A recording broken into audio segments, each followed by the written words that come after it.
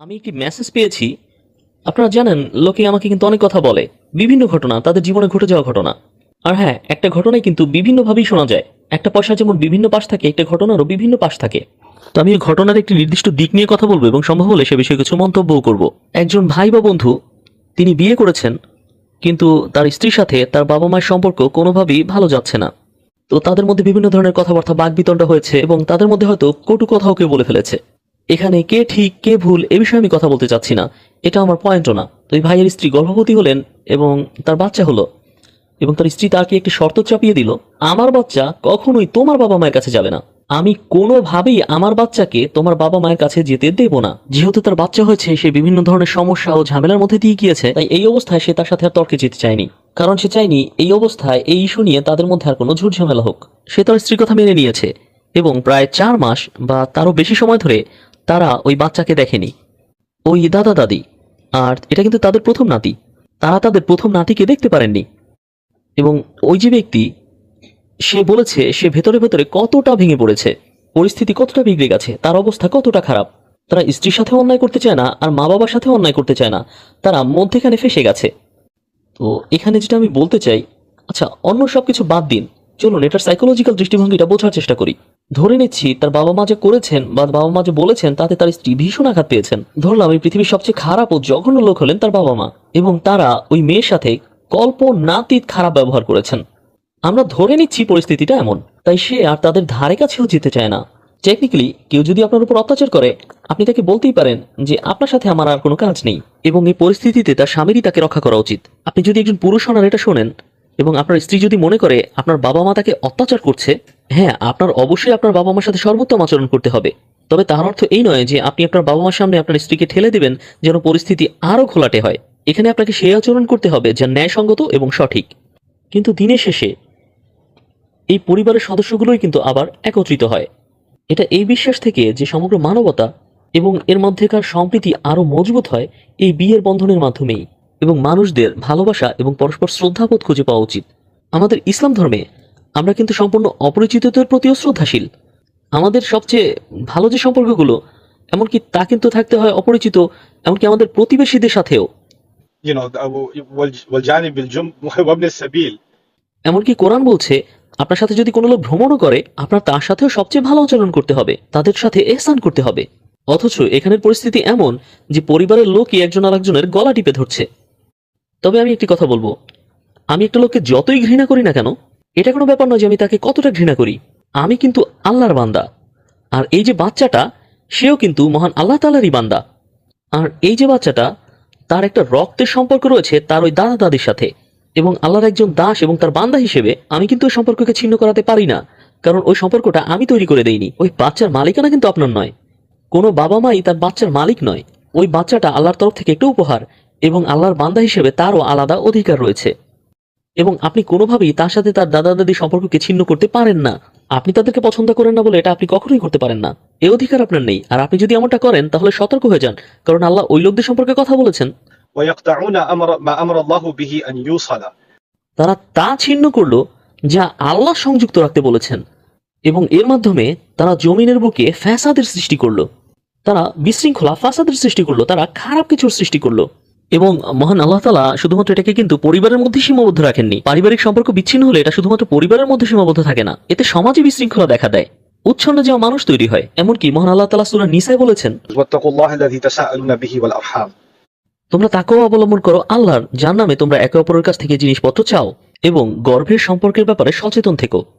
অন্তত আল্লাহর জন্য তো করুন। যে আল্লাহর কাছে আপনি বিভিন্ন জিনিসপত্র চান, সেই আল্লাহ আপনাকে বলছেন আপনি যেন তাকওয়া অবলম্বন করেন এবং রক্তের সম্পর্কের ব্যাপারে সতর্ক অবস্থায় সচেতন থাকেন। ওই বাচ্চা এবং তার দাদা দাদির মধ্যে সম্পর্কটা তাদের রক্তের, আপনি কোনোভাবেই সম্পর্ককে কাটতে পারেন না। এবং এটাও বলতে পারেন না যে আমি তাদের সাথে ভীষণ রেগে আছি, তাই আমার সন্তানের তাদের সাথে কোনো সম্পর্ক থাকবে না, কারণ এই সম্পর্ক তো আপনার থেকে শুরুই হয়নি, তো আপনি কিভাবে কাটবেন? আপনি এটা মোটেই পারেন না। হ্যাঁ ঠিক আছে, আপনার সাথে যে অন্যায় হয়েছে আপনি তার বিচার চাইতে পারেন, কিন্তু আপনি আপনার সন্তানকে গুটি হিসেবে ব্যবহার করতে পারেন না ওই দাদা দাদিকে কষ্ট দেওয়ার জন্য, নিজের কর্তৃত্ব দেখানোর জন্য, যেন ওই বাচ্চারা আপনার সম্পদ।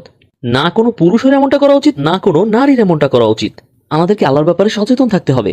আপনাদের মধ্যে যে সমস্যা আছে না কেন, সেটাকে ভালোভাবে সমাধানের চেষ্টা করুন। আল্লাহ যে বিষয়কে নির্ধারিত করেছেন তাকে পদদলিত করতে যাবেন না। আপনি আল্লাহর গোলাম, কেউ প্রশ্ন করছে না বলে আপনি সীমা অতিক্রম করবেন না।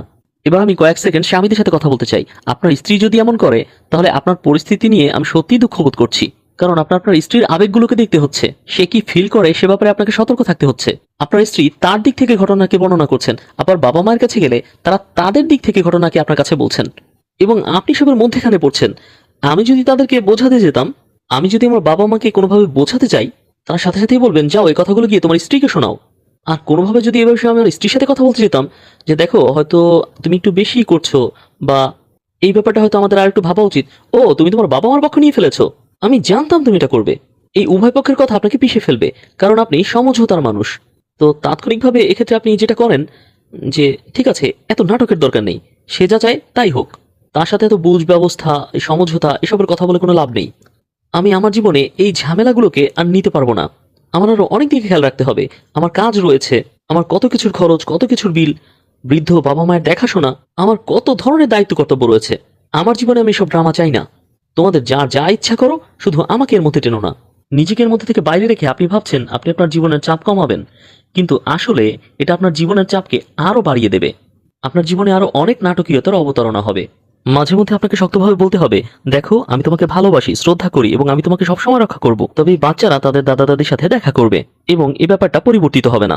এটাই একটা ভালোবাসাপূর্ণ সীমা নির্ধারণ, কারণ ঘরের প্রয়োজনীয় নিয়মকানুন তৈরি করা এবং সেগুলোকে রক্ষা করাও আপনার দায়িত্ব। আল্লাহর ব্যাপারে আপনাকে জিজ্ঞেস করবেন, এবং আপনি যখন এভাবে সোজা সাপটা কথা বলবেন, আপনার মনে হতে পারে এটা আরো সমস্যা সৃষ্টি করবে, কিন্তু আল্লাহ কি ওয়াদা করেছেন? يصلح لكم أعمالكم. সঠিক কথা বলো, আল্লাহ তোমার অবস্থা ঠিক করে দেবেন। এই ধরনের পরিস্থিতিতে যারা আছেন, আমি তাদের জন্য সহানুভূতি, এমনকি সহমর্মিতা প্রকাশ করি। তাদের প্রতি আমরা ধারণা করি তারা কোনো কিছুই ঠিকভাবে করতে পারছেন না, সে যাই করুক না কেন। হয় তাদের বাবা মা বলছে যে তুমি আমাদের উপর অন্যায় অত্যাচার করছো, অথবা তার স্ত্রী বলছে তুমি স্বামী হিসেবে মোটেই ভালো না, তুমি তোমার স্ত্রীকে রক্ষা করছো না। মধ্যেখানে বসে তারা মানসিক নির্যাতন সহ্য করতে থাকে।